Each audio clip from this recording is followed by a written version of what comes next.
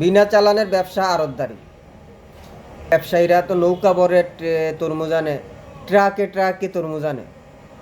তো নারায়ণগঞ্জে একজনে নৌকা দিয়ে তরমুজ আনছে, নৌকার ভিতরে প্রায় 20 লাখ 30 লক্ষ টাকার তরমুজ নিয়ে আসছে। তা আমি বললাম যে আপনারা যে আনেন ডাইরেক্ট বিক্রি করতে পারেন না? কয় না ভাই, আমরা ডাইরেক্ট বিক্রি করতে পারবো না, এই তরমুজটা আগে আড়তদারের কাছে দিতে হবে। আড়তদার বিক্রি করবে যারা নাকি খুচরা ব্যবসায়ী, ওদের কাছে। তো ওরা বিক্রি করে, ওদের লাভ কি? ওদের লাভ হচ্ছে একটা কমিশন নেয়। কমিশনটা হচ্ছে লাখে 5,000 টাকা কমিশন। একটা বড় নৌকার ভিতরে যদি 30 লক্ষ টাকার মাল হয়, তাহলে আপনি হিসাব করে দেখেন 30 = 5, 1.5 লক্ষ টাকা ওনার মুনাফা হয় একটা নৌকা থেকে। একটা নৌকার মাল বিক্রি করে দিলে 1.5 লক্ষ টাকা। মজার ব্যাপার কি জানেন? খুচরা ব্যবসায়ী যারা আড়তদার কাছ থেকে মালটা নেয়,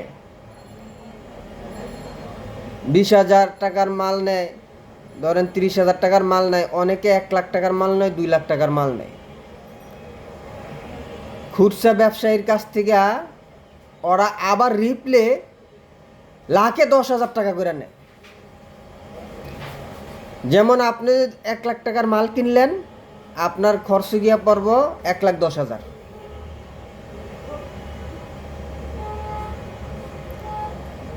দুই দিক দিয়ে বোকা বানাচ্ছে। এক হইল যারা নাকি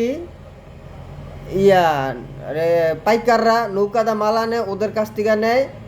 যদি 30 লাখ টাকার মাল আনে, তাইলে নিব 1.5 লক্ষ টাকা। তারপরে আবার এইটা আবার খুচরা পাইকার দোকানদার যারা ওদের কাছে বিক্রি করে, ওদের কাছ থেকে লাভ নেয় 3 লক্ষ টাকা। এবারে যে হিসাব করে দেখেন, একটা নৌকায় আড়তদারের লাভ 4.5 লক্ষ টাকা। এটা নারায়ণগঞ্জের হিসাব। আর বাদামতলি হয় এর ডাবল। যারা কমিশনে ব্যবসা করে, ভোক্তা অধিকার তো গিয়া কখনো দেখে নাই যে এটার গোমর কি। এত বড় গোমর, 30 লক্ষ টাকার মালে নারায়ণগঞ্জে ওনারা প্রফিট করে 4.5 লক্ষ টাকা। আর বাদামতলি করে ডাবল।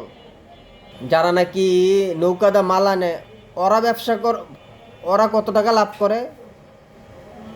তারপরে আবার যারা খুচরা ব্যবসায়ী, ওরা কত টাকা লাভ করে। আমরা যারা সাধারণ জনগণ তরমুজ কিনি, ডাবল দামে কিনতে হয়।